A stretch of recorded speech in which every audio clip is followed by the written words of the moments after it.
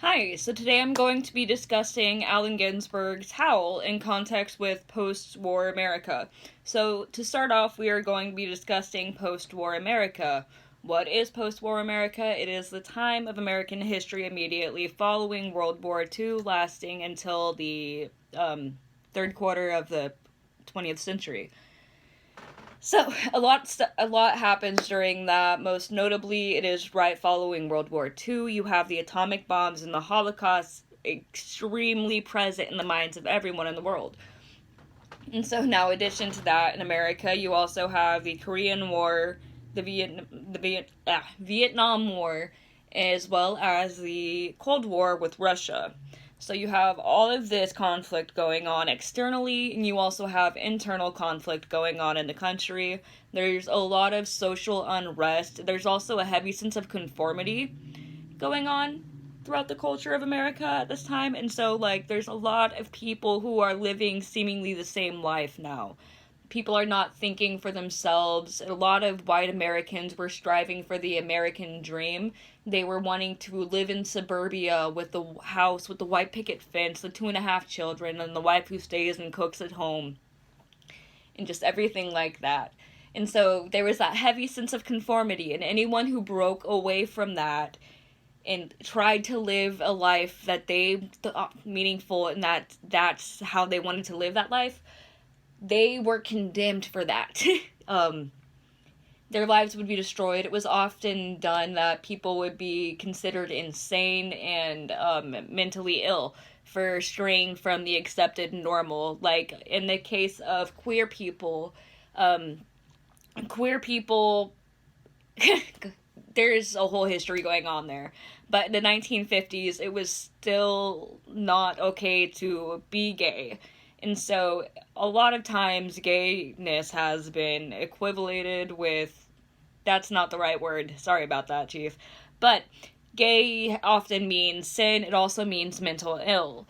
And so during post-war era, they strove away from the heterosexual lifestyle that Americans are supposed to live and were treated like absolute garbage for it. In addition to that, there's also women who did not want to and cook at home. They wanted to work, and they were also condemned for that.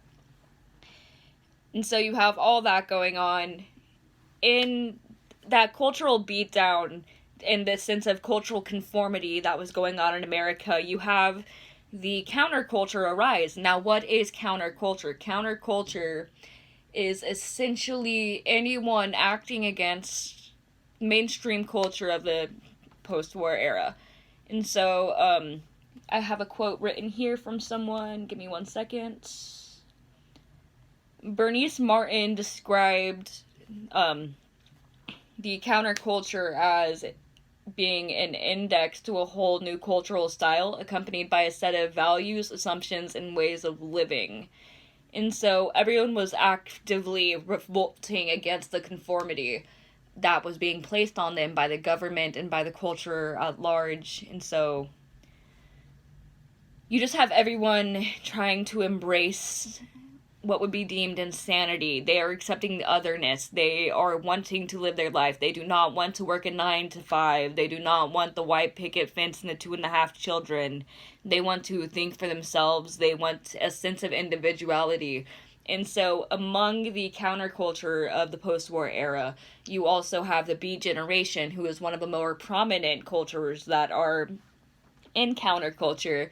And so the Beat Generation consisted of a whole lot of people, but most notably it was a literary movement, and some of the forerunners were Allen Ginsberg. I'm terrible with names, so you'll have to forgive me, but we also have Jack Kerouac, William Burroughs, and these three men wrote some really cool works, and just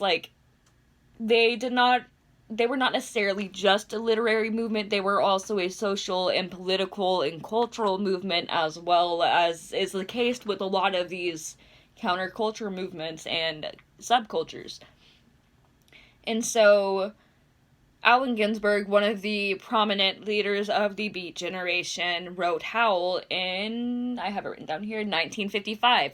He read that, and at the reading, it was received extremely well. Everyone cheered. It was a really good reading. Everyone liked the poem. And when it was published, the writer, not the writer, but the publisher ended up having to go through a whole trial because he was publishing obscenity. It was eventually found to be of, I also have it written here, I believe, redeeming social importance. So the reason that it was being accused of obscenity is because the language used in it, there's also a lot of drugs and gay and just a lot of stuff that's not okay for 1950s America. It was a complete, like, Ginsberg touched on all of the taboo subjects of America. In addition to all of that stuff, he also actively spoke against the government, which was not something that really happened during the time. Everyone was extremely proud of their government.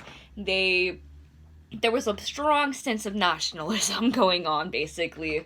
And so everyone blindly trusted the government. And so to speak against the government, that was extremely taboo.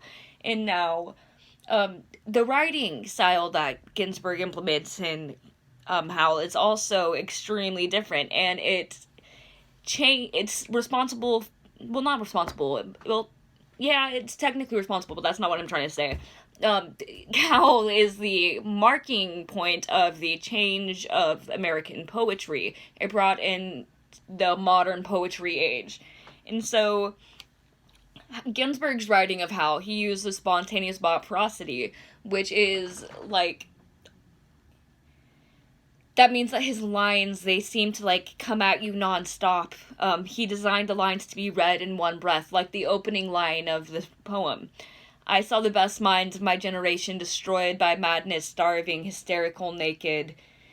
It's meant to be in one breath. It's, as it goes along, it gets more and more relentless, and just, he does not censor himself as he goes through it like a lot of people do with self-censorship. And just in this poem, he discusses bodily experience as well as like the painful reality of life and the bodilessness and spirituality and heavenliness that can also happen. He juxtaposes these against each other in saying that I saw my friends, this is what happened to them. He sees them absolutely destroyed and crushed by the society that has found them. They are destroyed, and just, there's a lot going on in this poem, so to discuss it all in just a short amount of time is hard to do. But there's a lot. Let's see. I have a list of things to talk about, so sorry.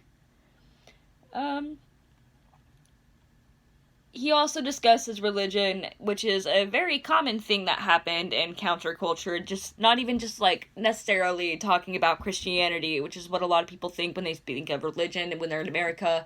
It also discusses a lot of other religions, and it brings in elements of them, and that's snazzy. I get a kick out of that. That's also a theme with the current reading for this module, with Valis, which is extremely interesting to witness. I unfortunately don't know a whole lot of theology, so I do not get all the references that have been mentioned in here, but for at least Howl, I have been able to research it because it is a shorter piece and it has been easier. But just the insanity of the Beat Generation, the insanity that they embraced, it's well witnessed in Ginsberg's Howl.